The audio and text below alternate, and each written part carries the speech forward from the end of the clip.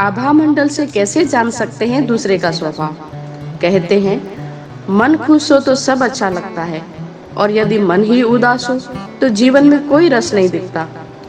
रोजाना एक जैसे दिनचर्या बिताने वाले लोगों के लिए मन के उतार चढ़ाव का होना आम बात है, लेकिन अचानक किसी में एक अलग चमक देख हैरानी होती है और मन में सवाल आता है कि वह आज खुश कैसे है। क्या कुछ बात हुई? उसके निखरे चेहरे का क्या राज है? आखिर क्या है जो आज उसके आसपास सब कुछ काफी चमकदार सा लगता है? इसका कारण जान आप भी दंग रह सकते हैं। जिस तरह आपका मन आपके शरीर को ऊर्जा प्रदान करता है, उसी तरह से आपका शरीर भी आपके मन को एनर्जी देता है। यही कारण है कि कई बार लोग काफी खुश प्रतीत होते हैं। उनके चारों ओर वातावरण खुशनुमा लगता है। इसे आप आभा मंडल यानी कि ऑरा भी कह सकते हैं। लेकिन क्या है ये आभा मंडल? हर व्यक्ति के पीछे अपना आभा मंडल होता है। आभा मंडल को अंग्रेजी में ऑरा कहते हैं। प्रत्येक व्यक्ति के शरीर के चारों ओर इलेक्ट्रॉनिक मैग्नेटिक फील्ड का अस्तित्व छाया हुआ है, जिसे ऑरा कहते हैं। ऑरा प्रत्येक व्यक्ति का अपना अलग अलग होता है। यह शरीर का सुरक्षा कवच होता है। ऑरा का क्षेत्र व्यक्ति के शरीर पर 3 इंच से लेकर 20 से 50 मीटर तक की लंबाई का हो सकता है। इतना ही नहीं, ऑरा सजीव व्यक्तियों से लेकर निर्जीव व्यक्ति, जानवर, पेड़ पौधे व सभी वस्तुओं का भी हो सकता है। ऑरा व्यक्ति के आभा मंडल को कहते हैं। हर व्यक्ति का अपना एक प्रभाव होता है और इसमें इस ऑरा का खास महत्व होता है। स्वयं को प्रभावशाली बनाने के लिए ऑरा का प्रभाव होना आवश्यक है। जीव अजीव सभी के इर्द गिर्द एक प्रकाश का घेरा होता है। जानवर, पेड़ पौधे, इंसान, वस्तु, पदार्थ सबके इर्द गिर्द एक प्रकाश पुंज होता है जो हमें नंगी आंखों से नहीं दिखाई देता, परंतु वैज्ञानिक यंत्रों से इसे देखा जा सकता है। इसका फोटोग्राफ लिया जा सकता है और इसके प्रभाव क्षेत्र को नापा जा सकता है। आपने सभी देवी देवता या संत महात्मा की तस्वीर में सिर के चारों ओर सफेद प्रकाश का घेरा देखा होगा। यह उनका ऑरा क्षेत्र है। लेकिन यह केवल सिर पर ही नहीं होता, बल्कि पूरे शरीर के चारों तरफ होता है और यही उसका अपना ऊर्जा क्षेत्र है। प्रत्येक पदार्थ इलेक्ट्रॉन व प्रोटॉन से बना होता है, यानी नेगेटिव विद्युत अणु प्लस पॉजिटिव विद्युत अणु। ये कण निरंतर गतिमान रहते हैं। जड़ पदार्थ में इनकी गति कम होती है, जीवित में ज्यादा सक्रिय व कंपायमान होते हैं। इसलिए पेड़ पौधों, जानवर व व्यक्तियों में ऊर्जा को आसानी से देखा जा सकता है। मित्रों, आभा मंडल हमारा सुरक्षा का चक्र होता है। विज्ञान के स्तर पर समझने के लिए इसे हम एंटेना कहकर संबोधित कर सकते हैं। जैसे पुराने समय में तरंगों को कैच करके हमारे टीवी में भेजता था, हमारे आभा मंडल का भी यही कार्य है। यह ब्रह्मांड की तरंगों को कैच करता है। हमारे शरीर में 3 प्रमुख नाड़ियां हैं, ईड़ा, पिंगला और सुषुम्ना। ईड़ा शरीर के लेफ्ट में, पिंगला शरीर के राइट में और सुषुम्ना नाड़ी स्पाइनल पर होती है। जहां जहाँ ये तीनों मिलती है, उस जगह चक्र का निर्माण होता है। तो ये तीनों नाड़ियां हमारे शरीर में 7 जगह मिलती है। इन्हीं 7 जगह हमारे चक्र होते हैं। जिस चक्र में अनबैलेंस आया, उस चक्र से संबंधित जगह पर बीमारी आएगी। तो इन्हीं 7 चक्रों की सुरक्षा परत आभा मंडल कहलाती है। अब यह आभा मंडल पॉजिटिव और नेगेटिव वेव्स को स्टोर करती है। आपने जैसे शब्द सुने, उसके आधार पर आपका आभा मंडल पोषित होगा या क्षीण होगा। बस इसी घटने बढ़ने के कारण आप में सकारात्मकता या नकारात्मकता आती है।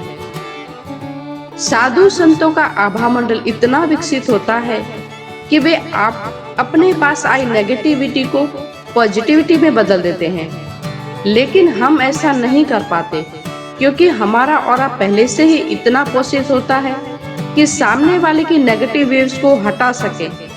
बल्कि सामने वाले की नेगेटिव वेव्स हमारे आभा मंडल को नुकसान पहुंचा देती है।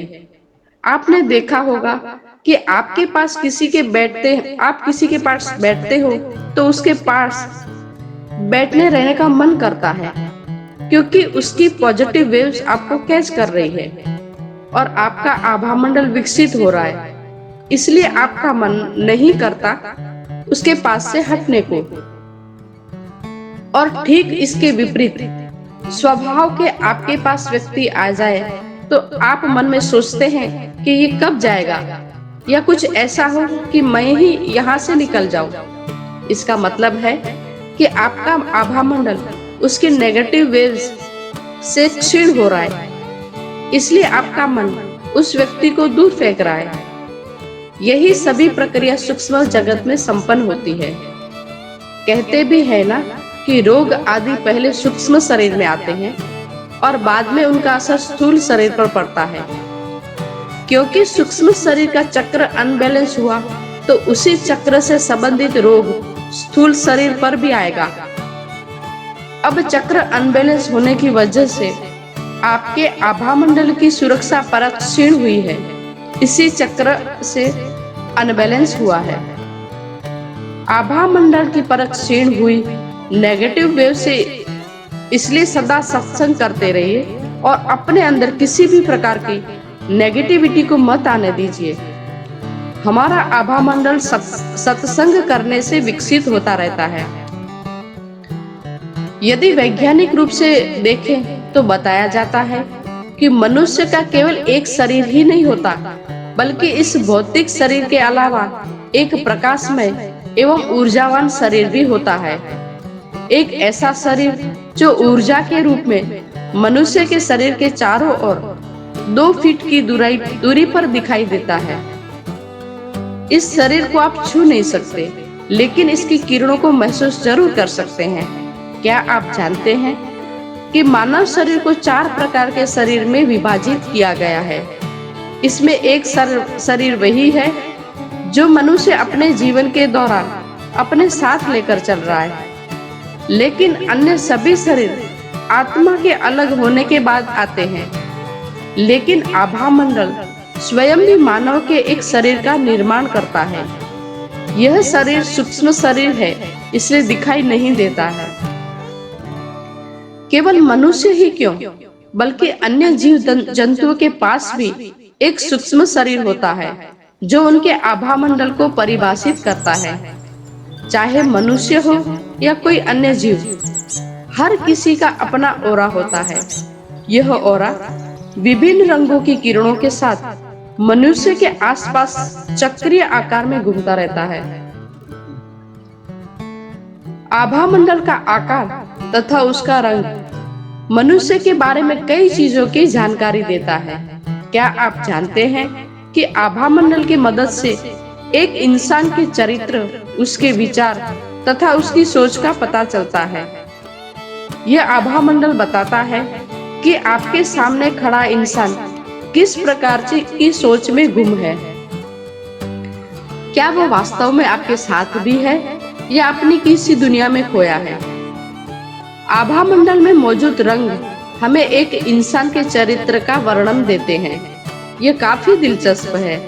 माना जाता है कि यदि एक इंसान को देखने में काफी आकर्षक लग रहा है और तरोताजा प्रतीत होता है, तो इसका अर्थ है वह विभिन्न रुचियों से भरा है।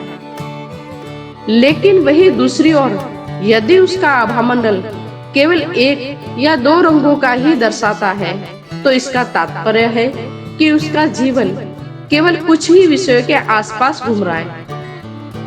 यह रंग हमारे आभा मंडल को परिभाषित करते हैं। क्या आप जानते हैं कि यही आभा मंडल आपके आध्यात्मिक स्वास्थ्य पर भी प्रभाव डालता है? लेकिन कैसे? इसका जवाब है आभा मंडल में मौजूद रंगों द्वारा मिलता है, जिससे न केवल आप अपने बल्कि किसी और के चरित्र को भी पहचान सकते हैं। लेकिन क्या आपने कभी जाना है कि आभा मंडल के आपके बारे में क्या कहता है? आप कैसे खुद के आभा मंडल को जान सकते हैं? इसके लिए इसका सही ज्ञान होना आवश्यक है। यदि आप अपने आभा मंडल को पहचान पाएंगे तो आप किसी के भी आभा मंडल को विस्तारित करने के योग्य होंगे। जैसा कि उपरोक्त पंक्तियों में बताया गया है कि हमारे ऑरा में मौजूद रंग ही उस आभा मंडल को परिभाषित करते हैं। तो आइए जाने कौन से रंग क्या कहते हैं। लाल रंग। यदि आपको आभा मंडल का लाल गहरा रंग प्रतीत हो तो इसका मतलब है कि वो इंसान बहुत जल्दी क्रोधित हो जाता है। ऐसे इंसान जब गुस्से में होते हैं तो वे नहीं जानते कि वो क्या बोल रहे हैं। इनके गुस्से की कोई सीमा नहीं होती और जब वे क्रोधित होते हैं तो कुछ भी सोचते विचारते नहीं हैं। नारंगी रंग। यदि किसी व्यक्ति का आभा मंडल आपको नारंगी रंग का लगता है तो ऐसे लोग रचनात्मक स्वभाव के होते हैं। इन्हें भावनात्मक भी माना जाता है।